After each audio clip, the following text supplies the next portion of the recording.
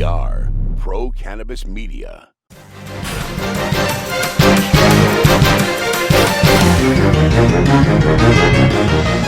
Hi, everyone. Welcome to Weed Talk News. I'm Jimmy Young, the founder of Pro Cannabis Media. And I'm Kurt Dalton, the founder of Cannabis.net. Another crazy week in the world of cannabis, but mostly it's been a crazy week in the world, Kurt, with protests from coast to coast. And sure enough, cannabis dispensaries right in the middle of it.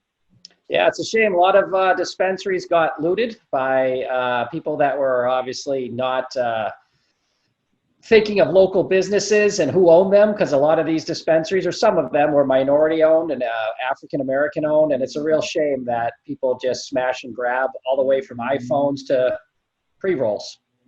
And in fact, you know, it's funny. While we talk about the cannabis stores and some of them being minority owned here in the Boston area, as well as over in LA, Kurt, what I have taken away from these protests is the diversity of the protesters. For the most part, these have been peaceful protests, only ruined by a couple of knuckleheads who show up at the end to cause trouble. Absolutely. And that's kind of how it goes, is that you'll have a peaceful protest, and when the sun goes down, when there's night, hooligans, as we'll call them, or people that are more maliciously intent, come out and start causing problems with public property and injuring people. And it just gives that whole area a bad name, and it's awful. Now, in California, I understand that the looting actually shut down MedMen's operation. Yeah, I think they were looted that first night, and then they closed dispensaries. Chicago closed dispensaries after that first night, as in we're not opening for a while. And if you're looking for a smash and grab and you're one of those people, why not go and get a bunch of weed? I mean, it makes sense, as opposed to, I mean, people are stealing Apple stuff and they're tracking all the iPhones that were stolen. So it's just a real shame. And it's a powerful week in America and American history. And the systematic racism that we saw this week that exists in the justice system also applies to the cannabis system, and the disproportionate amount of minorities in jail for cannabis offenses, especially now that it's legal. So hopefully, we can start a talk. We wrote an article, and Normal came out with a similar article saying, legalizing cannabis is a step in the right direction based on the criminal history of cannabis and who's in jail for it. And it's really interesting because you talk about the disproportionate amount of injustices against those who have been most impacted by the war on drugs. But it's also true with the COVID-19 virus, that more people of color are coming down with this horrible disease as well. Again, another example of the power and privilege of us old white guys, which, as you know, I'm not a big fan of how we have acted towards the black person in this country, not just in the last week, not just in the last month, not in just the last decade, but for hundreds of years. And now it's bubbling to the surface, and the frustration and anger.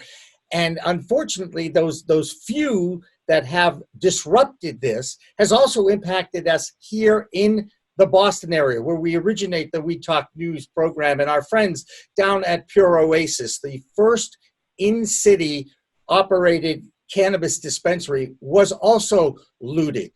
And about $100,000 worth of stuff was taken from them. And, what else does Kobe Evans and Kevin Hart, the two owners of Pure Oasis, really have to go through? If you want to write a book, the first 100 days of their operation has been pretty amazing after waiting for 4 years just to open.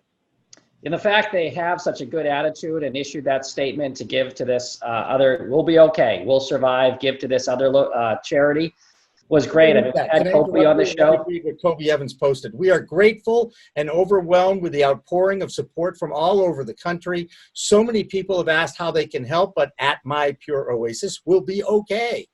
If you want to help, consider donating to a worthwhile cause at Haley House, haleyhouse.org. So again, these owners, and not just Pure Oasis, other owners of stores in Boston that got looted and vandalized, like the Concept Store, and their owner, Tarak Hassan, has put out a notice as well. And he's trying to actually create this word called eracism. That's E-racism, the removal of existence of the belief that one race is superior to another. An organization that is committed to putting an end to racism is this e-racism. So perhaps, again, perhaps some good movements coming out of some really ugly times in our country. Time will tell here in the next weeks and months, and I hope it does act as a catalyst, not only for criminal justice reform, but maybe cannabis reform as well, since those are, two areas where minorities have not been given a fair shake for, like you said, decades. So. And what about Deb Borchardt? Because Deb Borchardt has the rest of this story and how it has impacted the cannabis business in her weekly Green Market Report. Thanks, Kurt and Jimmy. It's been a rough week for our country as peaceful protests sparked looting in some cities. Several dispensaries were targeted in the mayhem. As many as 43 stores said they had looting in California. But there was also retail operations in Oregon, Illinois, Pennsylvania, and New York that said they experienced robberies as well. Many of these publicly traded companies had to close their stores in response to the looting, and I'm sure we're going to see that reflected in the sales numbers in the quarters coming up. Smoking accessories e-commerce brand Green Lane Holdings reported falling revenue for the first quarter ending in March. Net sales fell 32% to $33.9 million in the first quarter of 2020. That's versus $49 million for the same time period in 2019. Green Lane blamed the drop on the FDA's restriction on the sale of certain products, primarily mint-flavored Juul. Well, despite market challenges, Acreage Holdings secured $60 million in funding, and Balance Growworks secured $40 million in funding. So there's still some money rolling around out there.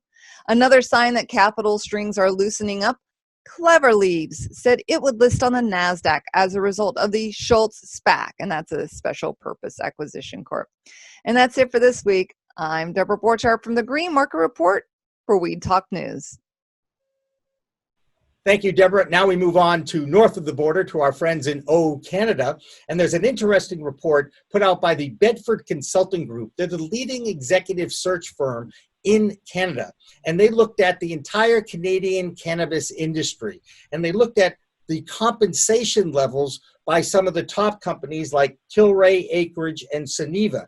And sure enough, Tilray's Brendan Kennedy led the league, if you will, with $31.8 million in compensation, Canadian dollars.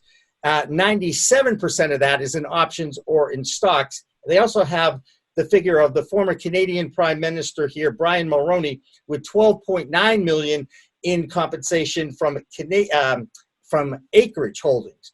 So, Kurt, once again, we're seeing some of the, I don't want to say horror stories, but the realities of the cannabis industry in the first few years of it, whereas a lot of these executive members and a lot of these boards, all dominated by men, are getting high salaries, especially in comparison with some of the rank and file below them.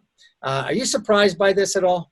Well, yeah, looking at that report, Jimmy, it came out in October. As we know, there's been some price changes on the stocks. Now, whether those executives actually exercise those options or they hit a strike price or, that could be a lot lower number now. But I think the really interesting part was I believe only 8% of the C-suite were female as of October, and I think 11% of board members were female. So, that's stock strikes and options. That can fluctuate a lot, but the work needs to be done to get more females and women into the boardrooms and into the executive levels of cannabis for sure. And I actually think that's happening here in the United States. But for the rest of the Canadian story, let's go to MJ Biz Daily's international reporter, Solomon Israel. I'm Solomon Israel from Marijuana Business Daily International, and this is the Weed Talk News Canadian Cannabis Report. Cannabis industry behemoth Canopy Growth Corporation posted a disappointing fourth quarter, with its Canadian recreational cannabis revenue shrinking even as the country's cannabis sales were growing. All told, Canopy's net loss for the quarter was 1.3 billion Canadian dollars. Canopy executives said the next fiscal year will be a transition year as the company reshapes its business strategy. And disgraced Canadian cannabis cultivator CannTrust has had some of its federal cannabis production licenses reinstated by Canada's cannabis regulator. Those licenses were suspended last year after CannTrust was caught growing cannabis in unlicensed areas of a licensed facility. But CannTrust is still waiting to get another license restored, and says it's not sure when it will be able to sell cannabis again. The company remains in creditor protection in the wake of the scandal. You can read all those stories and more at mjbusinessdaily.com. That'll do it for this week's Weed Talk News Canadian Cannabis Report. I'm Solomon Israel. Now that coronavirus has wiped out in-person conventions, MJ BizCon is putting on 2 online events from June 29th to July 1st, MJ BizCon Direct and the Hemp Industry Daily Conference Direct. Both events will feature industry speakers and exhibitors, and you will be able to communicate directly to them in this state-of-the-art online event. You can register today at mjbizconference.com. That's mjbizconference.com. That's a great report from Solomon up in Canada. Thank you very much. Let's go to Phil Adams, Vote Pro Pot, for our DC update. Hi, folks. This is Phil Adams from Vote Pro Podcast, here with this week's Weed Talk News DC report.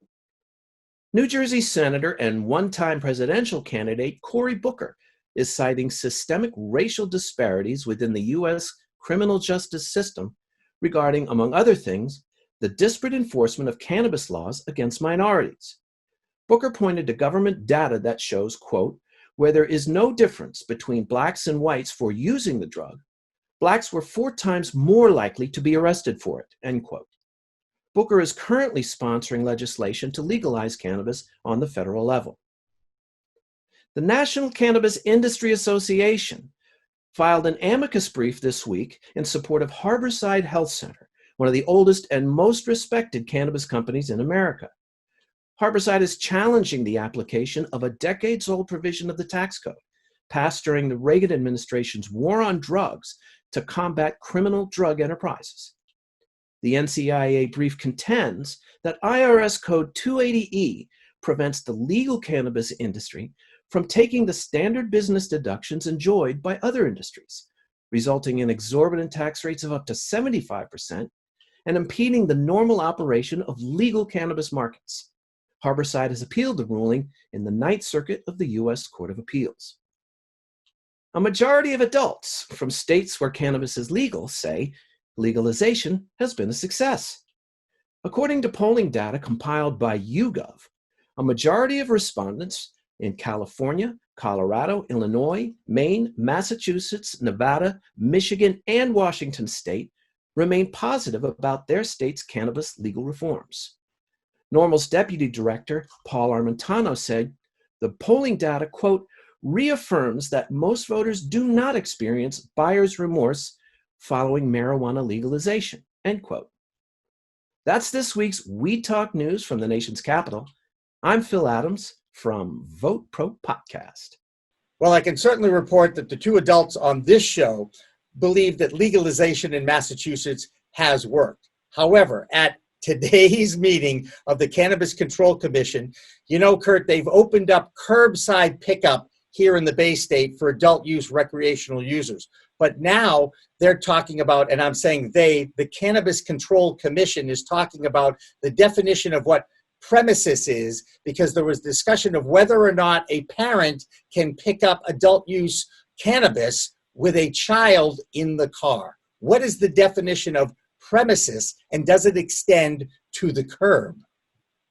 That's a great point. I think if this actually went to a Supreme Court level, the dispensaries or the Massachusetts government would lose, because during non-COVID times, you could obviously not bring a child into a dispensary, but you could leave the child in the car if they're 13, 14 on their iPad or whatever. So does premises now extend to a parking lot? And as you said, if it's curbside and you're literally on a public street, the dispensary has no claim on that legally to control that space. So if it ever went that far, I think they would lose legally, but we're probably not going to get there as far as challenges. It will be what the Cannabis Control Commission decides, but I don't see where, if, like you said, you can get alcohol has stayed open, and I'm pretty sure you get a Drizzly delivery maybe to your car.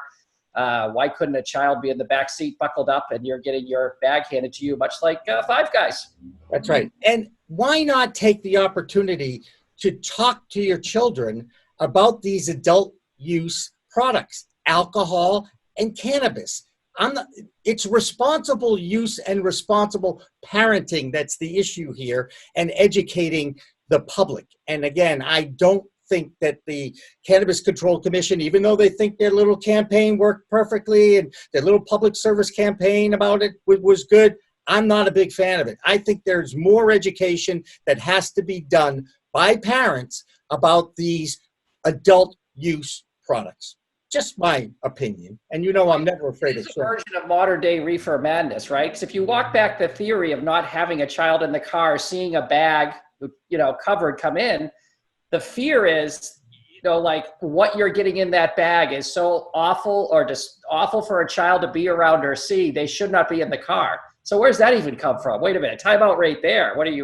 Why shouldn't a child, like you said, educate, talk about, let alone it's completely in a child-proof bag. No one's walking out with a big bush of, sativa and handing it to you. So what a strange version of reefer madness. The child should not be in the car if a bag is put through the window. And if you're a child, and I'm pretty good at like turning back the clock and getting my inner child. If you're told not to do something, Kurt, you're the father of a few kids. When you tell your kids not to do something, what do they try to do? They immediately want to know what's in the bag. So I think the more you say mom or dad has to go out, wait with your aunt or wait with your father, where's she going? Why can't I go? Why do I have to go home first? Now you open up a Pandora's box of questions. So they're trying to appease the Baker government here. He's not a fan. He didn't want to open to begin with, but he had to. The tax money's great, but it's just stupid stuff like this that makes you roll your eyes at Massachusetts over and over. But we love the Bay State, don't we though, Kurt? It's always interesting around here to talk about all sorts of things. Politics. What did Andy Edelman say? It was politics, sports, and revenge. Wasn't that it? Wasn't those the three things? Our old pal? We always talk about Massachusetts setting up to be an East Coast hub, and they're just bumbling along. Luckily, Maine's bumbling worse. They've had recreational for 2 years. They haven't opened up one store. But it really is the blind leading the blind on the East Coast as far as really taking an aggressive stand and being open about it and becoming a center. And that's why it's a whole new world of weed out there, isn't it, Kurt? It is. So for Kurt Dalton, I'm going to do it this time. For Kurt Dalton from Cannabis.net, I'm Jimmy Young from Pro Cannabis Media. You've been watching Weed Talk News. Thanks for watching. Thanks for listening this week. We Talk Now, We Talk News, and In the Weeds are all available on most major podcast distributors like iTunes, Spotify, Google Play, and our friends at clnsmedia.com and our flagship, Cannabis.net. So subscribe, share, and like our videos on all the social media networks out there, including LinkedIn, Twitter, Instagram, Facebook, the WeedTube, and YouTube. Weed Talk and In the Weeds are two productions of Pro Cannabis Media supported by Revolutionary Clinics, one of the top medical cannabis dispensaries in the Massachusetts area, now with 3 locations in Greater Boston, 2 in Cambridge and 1 on Broadway in Somerville. Rev Clinics has a patient-first mission. They will customize your needs as a medical patient with the proper titration and combination of strains, flavors, and products. Rev Clinics, where the patient comes first. We are Pro Cannabis Media.